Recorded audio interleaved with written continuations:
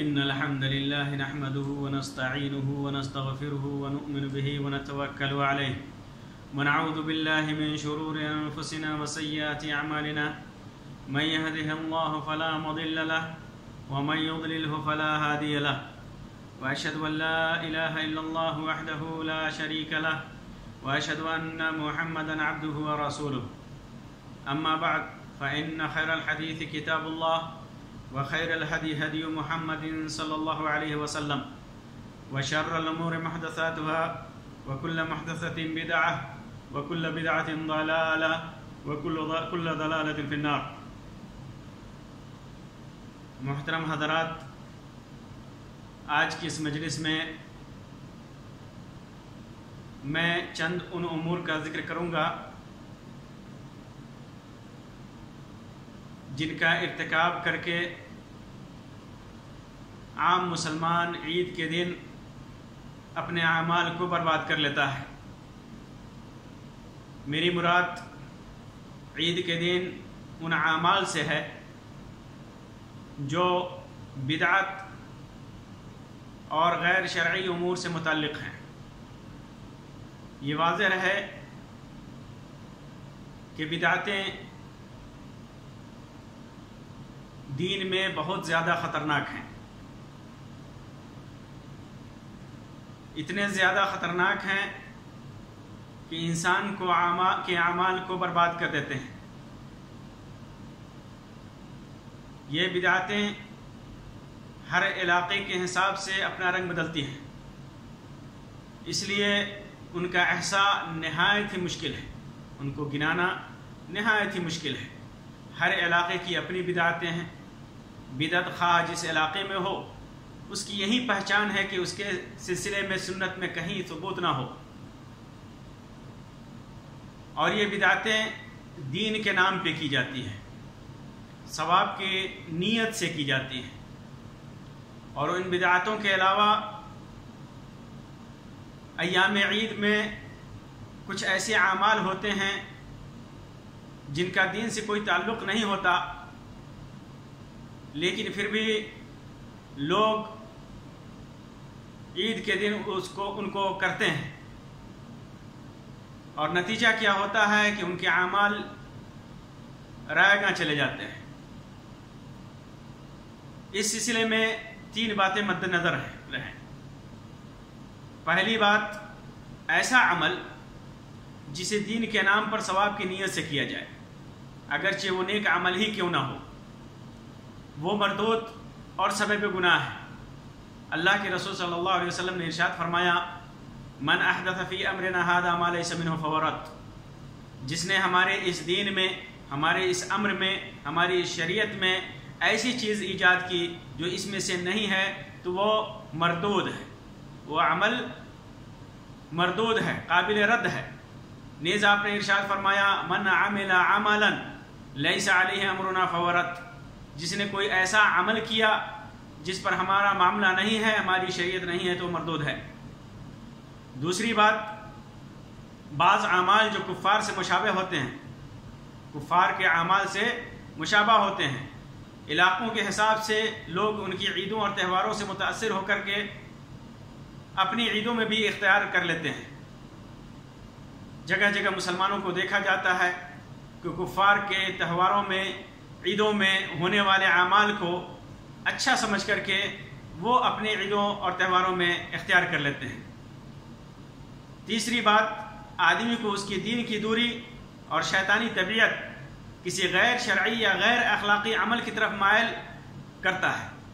اور اسے اس پر اتنا ابھارتا ہے کہ ایسے بابرکت موسم میں بھی اس کا ارتکاب کرنے میں اللہ کا خوف یا کوئی عار محسوس نہیں کرتا. آئیے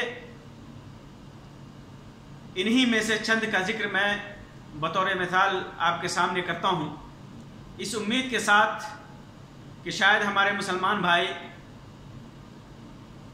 کسی مسلمان بھائی کو اللہ کی جانب سے ہدایت مل جائے. پہلی چیز،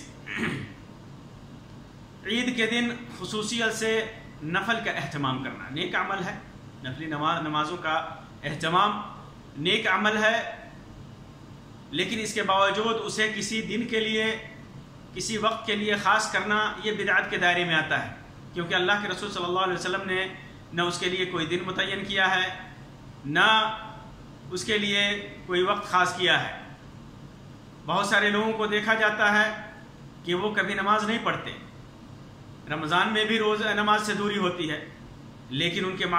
کے یہاں معروف ہے کہ جو کوئی فجر کی نماز نہیں پڑھتا اس کی عید کی نماز نہیں ہوتی، پورا سال نماز نہیں پڑھتے، رمضان میں نماز سے دور ہوتے ہیں، لیکن عید کے دن یہ مشہور ہے کہ جو فجر کی نماز نہیں پڑھتا اس کی نماز نہیں ہوتی۔ گویا یہ لوگ عید کی نماز قبول کروانے کے لیے فجر کی نماز پڑھتے ہیں صرف اسی دن، اور باقی نماز چھوڑنے کا جو گناہ ہے،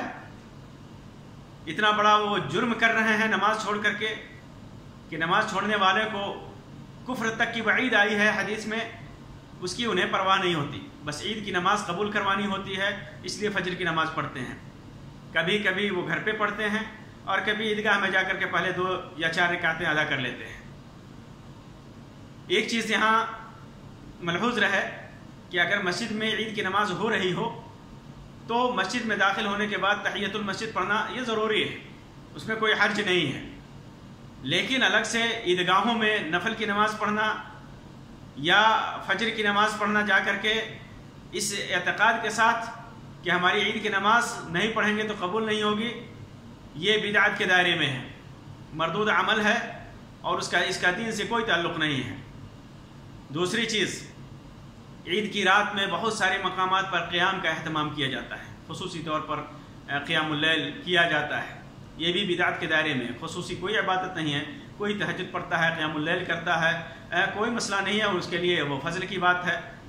2 فضل اس کے ساتھ اکٹھی ہو گئی، عید کی رات بھی ہے اور وہ ہمیشہ پڑھتا بھی ہے اور قیام اللیل بھی ہے، لیکن الگ سے عید کی وجہ سے قیام اللیل کرنا یہ بدعت کے دائرے میں ہے۔ تیسری بدعت، عید کی نماز کے لیے زبان سے نیت کرنا، جب نماز کے لیے کھڑے ہوتے ہیں تو زبان سے نیت کرتے ہیں، نیت کرتا ہوں 2 رکعت عید کی نماز، نیت دل کے ارادے کا نام ہے۔ 1 ماہ سے آپ تیاری کر رہے تھے روزہ رکھ کر کے، 1 ماہ سے آپ انتظار میں تھے کہ عید کا دن آئے گا، ہم نماز کے لیے جائیں گے، اور ہفتوں سے آپ کپڑے سلوا رہے تھے، مٹھائیاں بنوا رہے تھے،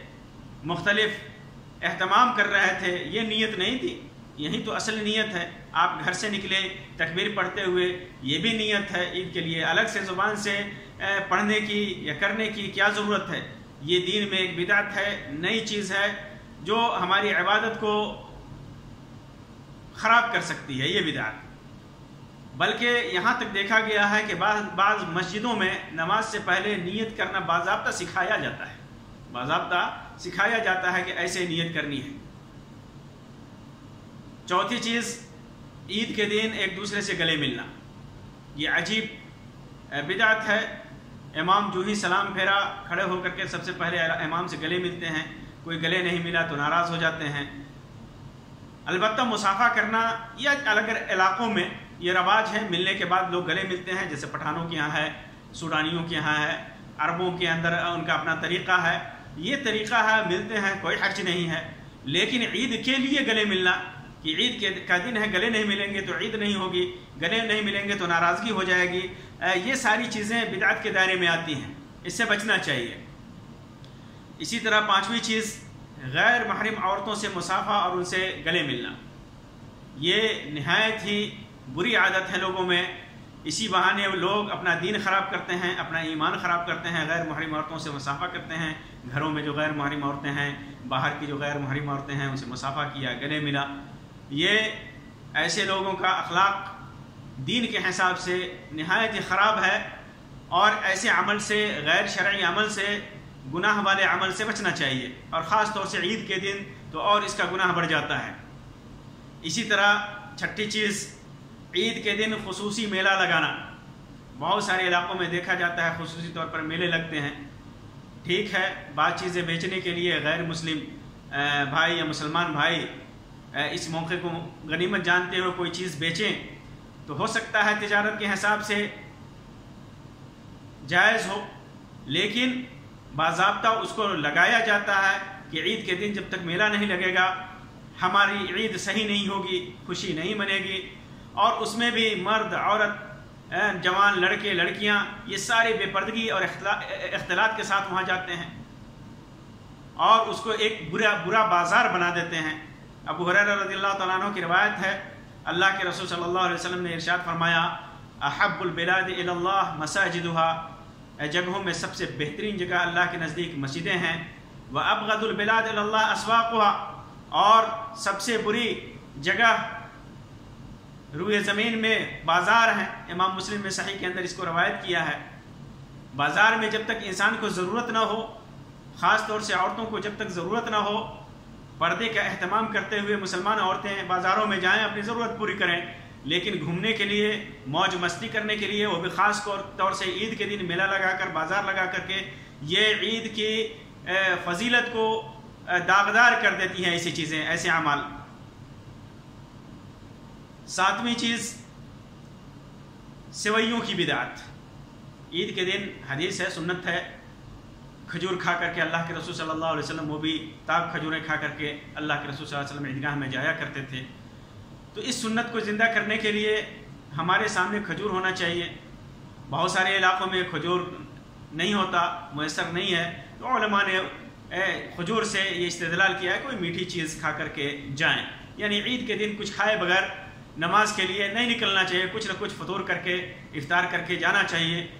اور سنت کو زندہ کرنا چاہیے۔ لیکن ایک بدعت بہت سارے علاقوں میں یہ عام ہے، خاص طور سے ہندو پاک اور بنگلہ دیش کے اندر، کہ سوئیاں جب تک نہ ہو عید نہیں ہوتی، سوئیاں جب تک نہ ہو عید نہیں ہوتی۔ کئی بار ایسا ہوتا ہے کہ آپ کے گھر میں سوئیاں نہیں ہیں، آپ نے مٹھائی بنوائی ہے، حلوے بنوائے ہیں، کھجور پیش کیا، لوگ آپ کے اندر عیب نکالیں گے، یہ دیکھو عید کا دن ہے اور سوئیاں نہیں ہیں ان کے یہاں۔ سوئیاں عید کی ایک علامت، بلکہ مسلمانوں کی ایک علامت بن گئی ہے۔ غیر مسلم بھائی جب ہمارے یہاں آتے ہیں تو سوئیوں کا مطالبہ کرتے ہیں کہ آپ مسلمان ہیں اور عید ہے اور سوئیاں نہیں ہیں، یہ عجیب بات ہے۔ تو سوئیوں کو مسلمان سمجھنا، سوئیوں کو مسلمان سمجھنا اور عید کا شعار سمجھنا، یہ گمراہی ہے۔ ٹھیک ہے آپ سال بھر کھاتے ہوں، پورے رمضان میں کھاتے ہوں،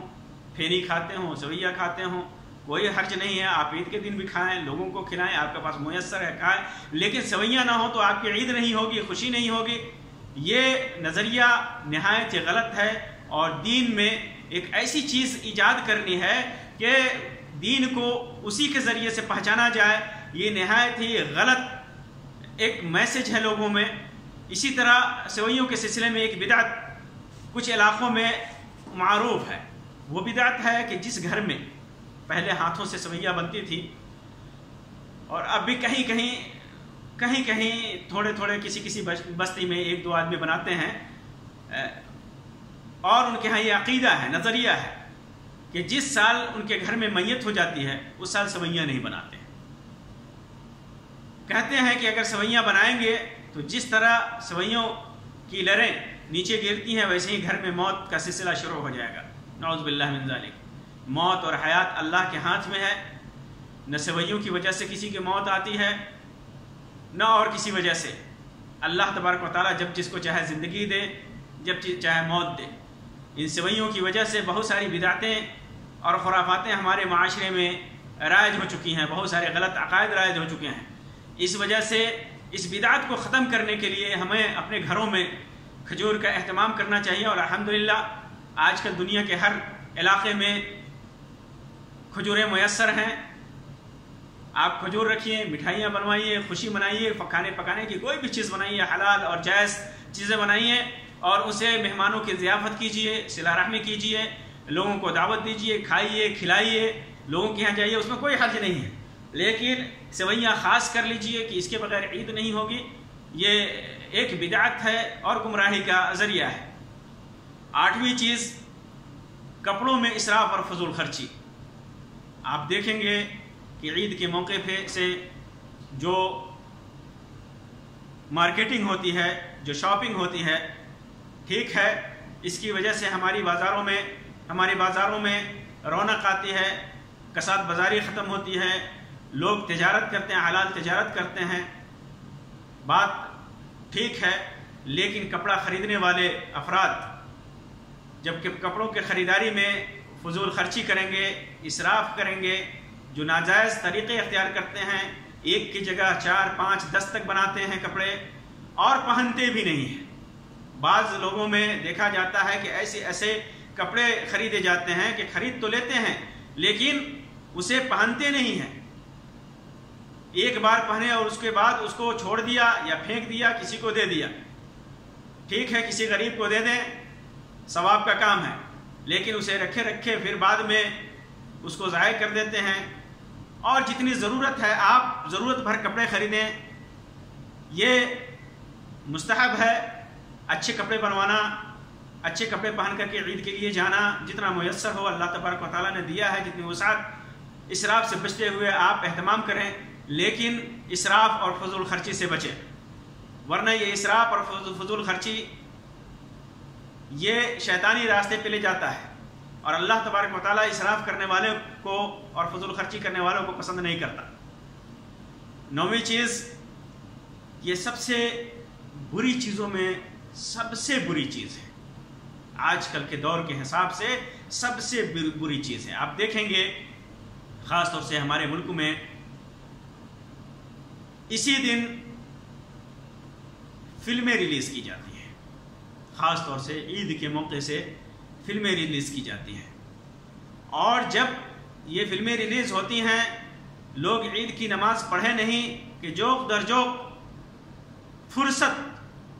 اسے فرصت سمجھتے ہوئے سنیما ہالوں کا رخ کرتے ہیں، جوق در جوق، مرد عورت سب سنیما ہالوں کا رخ کرتے ہیں۔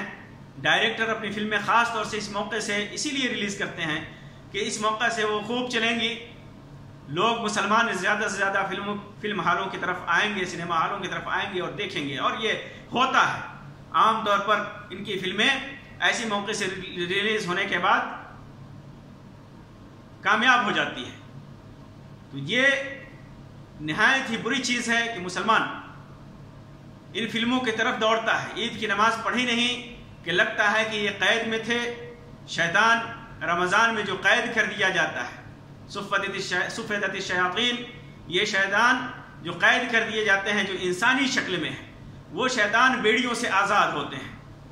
اصلی شیطان بھی آزاد ہوتا ہے، رمضان میں قید میں ہوتا ہے، اور یہ شیطانوں کے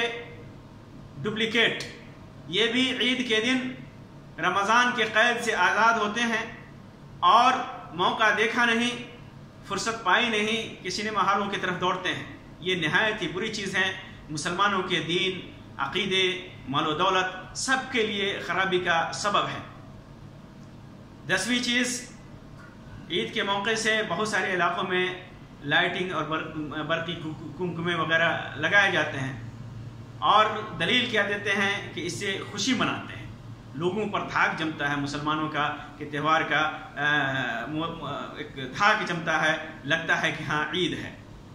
واضح رہے کہ لائٹنگ اور برقی کمکمے لگانے سے مسلمانوں کا مرتبہ اور مسلمانوں کی عظمت بڑی نہیں ہوتی، مسلمانوں کی عظمت بڑی ہوتی ہے، مسلمان عظیم ہوتا ہے، اسلام عظیم ہوتا ہے اسلامی شعار پر عمل کرنے سے۔ خوشی کے اظہار اور شوقت کے اظہار کے لیے خود اسلام نے ہمارے لیے نمونہ چھوڑا ہے، صدقہ فطر ادا کرنا۔ جب ہم صدقہ فطر ادا کریں گے غریبوں میں، لوگوں میں خوشی بانٹیں گے، دنیا دیکھے گی کہ مسلمان اپنے بھائیوں کو محتاج اور بھوکا نہیں چھوڑتا، مسلمانوں کے اندر مواسات ہے، مسلمانوں کے اندر اخوت ہے، بھائی چارگی ہے، ہمدردی ہے۔ تو ایسا اگر ہم صدقہ فطر کے ذریعے، زکوٰۃ کے ذریعے، خیرات کے ذریعے غریب مسلمانوں کو اپنی طرف راغب کریں گے، اخوت و مساوات کا اور بھائی چارگی کی طرف راغب کریں گے، اور یہ درس دیں گے لوگوں کے سامنے کہ ہمارے اندر بھائی چارگی، ہم کسی کو بھوکا نہیں چھوڑ سکتے، اسلام نے ہمیں یہی تعلیم دی ہے، تو یہ اس سے ہمارے اسلام کی عظمت بڑھتی ہے، ہمارا مقام اور مرتبہ بڑا ہوتا ہے۔ اسی طرح تکبیر کہتے ہوئے جانا عیدگاہ، ایک راستے سے جانا دوسرے راستے سے آنا، صلہ رحمی کرنا، اخوت و بھائی چارگی وغیرہ وغیرہ، یہ شعائر اسلامی، یہ ہماری عظمت کی دلیل ہے. ہمارے خوشی منانا، یہ اصل خوشی منانا ہے کہ ایک دوسرے کے ساتھ خوشی منائیں. وہ خوشی منانا نہیں ہے کہ آپ فضول خرچی کر کے لائٹنگ کریں اور برقی کمکمے لگائیں. اور دوسری چیز اس کے اندر، دوسری خرابی یہ ہے کہ یہ غیر مسلموں کی مشابہت ہے. غیر مسلموں کی مشابہت ہے. غیر مسلم اپنے تہواروں میں اور اپنے مناسباتوں میں اسی قسم کی لائٹنگ اور برقی لائٹنگ کرتے ہیں اور برقی کمکمے لگاتے ہیں، اور اسی طرح پٹاخے وغیرہ چھوڑتے ہیں. پٹاخے وغیرہ بھی ایسے ہی وہ چھوڑتے ہیں، اور عید کے موقع سے ہمارے مسلمان نوجوان اس بیماری میں مبتلا ہیں. عبداللہ ابن عمر رضی اللہ تعالیٰ عنہ کی روایت ہے، فرماتے ہیں کہ اللہ کے رسول صلی اللہ علیہ وسلم نے فرمایا، من تشبہ بقوم فہو منہم، جس نے کسی قوم کی مشابہت اختیار کی وہ انہی میں سے ہے. امام ابو داؤد نے اس کو روایت کیا ہے. علامہ البانی نے اس کو صحیح ابو داؤد کے اندر صحیح قرار دیا ہے. واضح ہے کہ تشبہ بالکفار کئی طرح سے ہوتا ہے، اور بسا اوقات ان سے مشابہت انسان کو کبیرہ گناہ کا مرتکب بنا دیتا ہے، اور بسا اوقات حسب حال جس طرح وہ کفار کی اتباع کرتا ہے، مشابہت اختیار کرتا ہے، انسان کو، ایک مسلمان کو، اس کا یہ عمل کفر تک لے جاتا ہے. کرنے والا چاہے جس نیت کے ساتھ کرے، ان کی مشابہت کے غرض سے انسانی نفسانی خواہشات کی بنیاد پر، یا تو ان کی مشابہت کرے کہ ہم کافروں کی طرح کریں گے، یا نفسانی خواہشات کی بنیاد پر کرے، یا پھر یہ سمجھ کر کہ اس کے لیے دنیا اور آخرت میں، دنیا میں یا آخرت میں یہ نفع بخش ہے ہمارے لیے. جس اعتبار سے بھی کرے یہ کفار کی مشابہت ہے. اور 11ویں چیز پٹاخے پھوڑنا، یہ بھی کفار کی مشابہت ہے. 12ویں چیز عید کے دن ناجائز اور حرام کھیل کود. حرام اور ناجائز کھیل کود دیکھیں گے آپ مسلمان معاشرے میں، جوا سے لے کر تہوار اور جوا بازی سے لے کر کے اور بھی بہت سارے ناجائز کھیل کود عام ہیں، جبکہ جائز کھیل اور مفید کھیل کود اسلام میں جائز ہے. خود عائشہ رضی اللہ تعالیٰ عنہ کی روایت ہے، فرماتی ہیں کہ حبشی لوگ ایک بار عید کے دن حبشی آ کر کے مسجد میں کھیلنے لگے، اور رسول اکرم صلی اللہ علیہ وسلم نے مجھے بلایا، اور آپ نے کے شانے پر، عائشہ رضی اللہ تعالیٰ عنہ فرماتی ہیں کہ دروازے پہ اللہ کے رسول صلی اللہ علیہ وسلم کھڑے ہو گئے، اور میں نے اپنے آپ کے شانے پر، کندھے پر اپنا سر رکھا، اور ان کا کھیل دیکھنے لگی، یہاں تک کہ میں ہی ان کے کھیل دیکھنے سے بیزار ہو جاتی تھی. یعنی میں ہی تھک گئی، اللہ کے رسول صلی اللہ علیہ وسلم نہیں تھکے. اسی طرح ابو ہریرہ رضی اللہ تعالیٰ عنہ کی روایت ہے، فرماتے ہیں کہ اللہ کے رسول صلی اللہ علیہ وسلم کے پاس حبشی کھیلتے تھے اپنے تیروں سے، کہ سیدنا عمر رضی اللہ تعالیٰ عنہ آئے اور کنکریوں کی طرف جھکے کہ ان کو کنکریاں اٹھا کر کے مارے، تو آپ صلی اللہ علیہ وسلم نے فرمایا، اے عمر ان کو کھیلنے دو. اسی طرح عائشہ رضی اللہ تعالیٰ عنہ کی روایت ہے، فرماتی ہیں کہ میرے گھر سیدنا ابو بکر صدیق رضی اللہ تعالیٰ عنہ آئے، اور میرے پاس 2 لڑکیاں تھیں. مینا کے دنوں میں، یہ مینا کے دنوں کے، مکے میں عید کے دنوں کی بات ہے، عید الاضحیٰ یعنی حج کے ایام میں، مینا کے دنوں میں، یعنی ذی الحجہ کے 11ویں 12ویں 13ویں اور 13ویں تاریخ کو یہ وہ لڑکیاں گا رہی تھیں اور دف بجا رہی تھیں. تو اللہ کے رسول صلی اللہ علیہ وسلم اپنے سر کو چادر سے لپیٹے ہوئے تھے اور وہ بجا رہے تھے. تو سیدنا ابو بکر صدیق رضی اللہ تعالیٰ عنہ نے ان دونوں کو جھڑک دیا، دونوں لڑکیاں تھیں، جھڑک دیا. تو رسول اکرم صلی اللہ علیہ وسلم نے اپنا کپڑا اٹھایا اور فرمایا، اے ابو بکر ان لڑکیوں کو چھوڑ دو، اس لیے کہ یہ عید کے دن ہیں، عید کے دن ہے، ان کو کھیلنے دو اور انہیں خوشی منانے دو. تو کوئی بھی جائز، حلال اور مفید کھیل کود یہ ہمارے لیے عید کے دن جائز ہے، اس کا ہم اہتمام کریں تو کوئی مشکل نہیں ہے، کوئی حرج نہیں ہے. لیکن ناجائز کھیل کود، ناجائز طریقے اختیار کرنا، ناجائز خوشی کے ناجائز طریقے اختیار کرنا اور عبادت میں بدعتوں کا ایجاد کرنا، یہ ہمارے عید کے دن کی خوشی کو خوشی کے علاوہ غم میں بدل دیتی ہیں. ہمیں اس کا احساس نہیں ہوتا، لیکن جب احساس جب ہو تب ہوگا جب ہمارے اعمال برباد ہو چکے ہوں گے. اللہ تبارک و تعالیٰ سے دعا ہے کہ اللہ تبارک و تعالیٰ ہم تمام مسلمانوں کو سنت کے مطابق عمل کرنے کی توفیق عطا فرمائے. عید کے دن کو ہمارے لیے خوشی کا دن بنائے. عید کے دن کو اللہ تبارک و تعالیٰ ہمارے لیے بار بار لوٹائے اور بار خوشی دے. اللہ تبارک و تعالیٰ ہمارے اعمال کو قبول فرمائے، اور جو بھی ہم گناہ کر رہے ہیں اور برائیاں کر رہے ہیں اور ہمارے مسلمان بھائی کر رہے ہیں، اللہ تبارک و تعالیٰ ان گناہوں سے، برائیوں سے ہمیں اور ان کو بچنے کی توفیق عطا فرمائے. آمین یا رب العالمین. وآخر دعوانا ان الحمد للہ رب العالمین، وصلی اللہ علی خیر خلقہ وسلم. والسلام علیکم ورحمۃ اللہ وبرکاتہ.